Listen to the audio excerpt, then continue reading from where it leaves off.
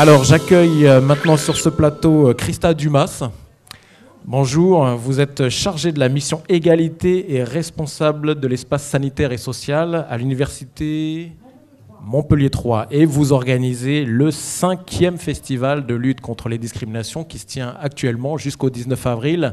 Alors de quoi s'agit-il? J'imagine de la musique, du théâtre Oui, il s'agit de sensibiliser la communauté universitaire, donc les étudiants mais aussi plus largement les enseignants et les personnels sur la problématique des discriminations au sens large, autant le racisme, le sexisme, la précarité économique, la problématique du logement, les problématiques nord-sud, le handicap, etc.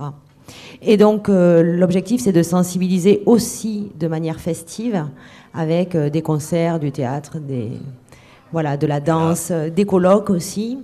On est à Montpellier, ville où il fait bon vivre, très ouverte, en plus à l'université. Enfin, ça n'existe pas la discrimination aussi? Je crois que l'université n'est pas une tour d'ivoire et que les discriminations existent malheureusement partout. Et l'objectif, c'est de sensibiliser à ces problématiques. Nous sommes une université de langue, arts, lettres, sciences humaines et sociales. Et donc forcément, les étudiants, même de manière théorique, seront confrontés à ces concepts-là, de toute façon. Et alors, est-ce que ça veut dire que tout au long de l'année, au-delà du festival, est-ce que ça veut dire que vous intervenez aussi par rapport à, je sais pas, des plaintes qui pourraient être déposées par des étudiants ou des cas que vous sentez, des élèves en difficulté, en but à des problèmes de discrimination, ou est-ce que c'est le temps d'un festival, la sensibilisation, ou tout au long de l'année, vous travaillez sur cette question? Non, on ne s'inquiète pas des discriminations une fois par an pendant 3 semaines, ça serait un peu dramatique. Non, on s'intéresse à ça au quotidien. Dans le service, on reçoit toute personne qui se sent discriminée de quelque manière que ce soit. On essaie de les aider, de les orienter et de coordonner leurs actions et de les informer aussi parce qu'on manque souvent d'informations. Ça veut dire aussi des étudiants qui n'oseraient pas peut-être venir se plaindre de discrimination alors qu'ils le vivent au quotidien? Alors, c'est pas facile déjà de se reconnaître soi-même discriminé. Il faut déjà le conscientiser. Et ensuite, il faut passer la porte d'un service et de venir demander de l'aide. C'est aussi pour ça qu'on travaille énormément avec les associations locales, des travailleurs sociaux, des travailleurs de terrain, parce que si les étudiants n'osent pas franchir la porte du service, en tout cas, étant donné que toutes ces associations interviennent pendant le festival, ils savent à qui ils peuvent s'adresser directement à l'extérieur. Voilà. D'accord. Alors sans trahir évidemment l'intimité de la vie des étudiants, mais quels sont les cas les plus répandus de discrimination auxquels vous êtes confrontés?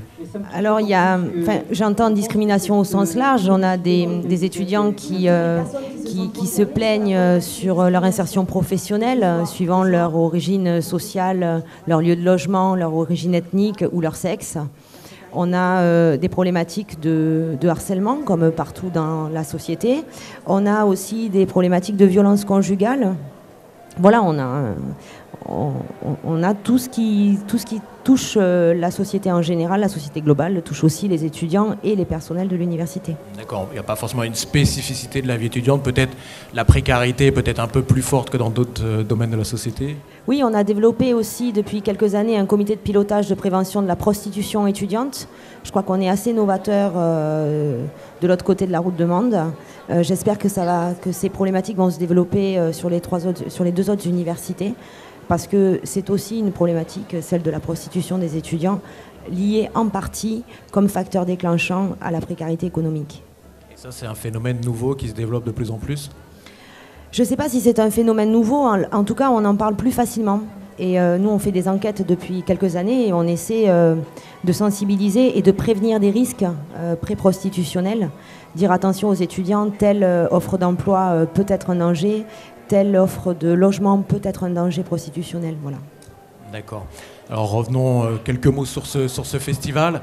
Peut-être 1 ou 2 événements phares qu'il ne faudrait pas louper d'ici au 19 avril. Alors d'ici au 19 avril, j'invite tout le monde à venir voir l'expo qui a lieu en ce moment au Musée des Moulages, qui s'appelle Mauvais genre, point d'interrogation, du corps antique au corps queer. Nous sommes accueillis cette année par le Musée des Moulages et un certain nombre d'artistes militants sur la problématique homme-femme et la problématique queer. On participe à cette exposition et notamment une artiste de renommée internationale qui s'appelle Orlan qui est d'origine française et qui vit la moitié de sa vie aux États-Unis et qui nous a prêté des œuvres. Et donc je pense que c'est vraiment l'occasion de venir voir son travail. Parfait. Et j'imagine sur Internet toutes les informations sur le festival. Tout est bien entendu sur la page d'accueil du site de l'Université Montpellier 3. Donc voilà. Parfait. Je vous remercie beaucoup. Merci à vous. Bonne continuation et bon vent à ce festival.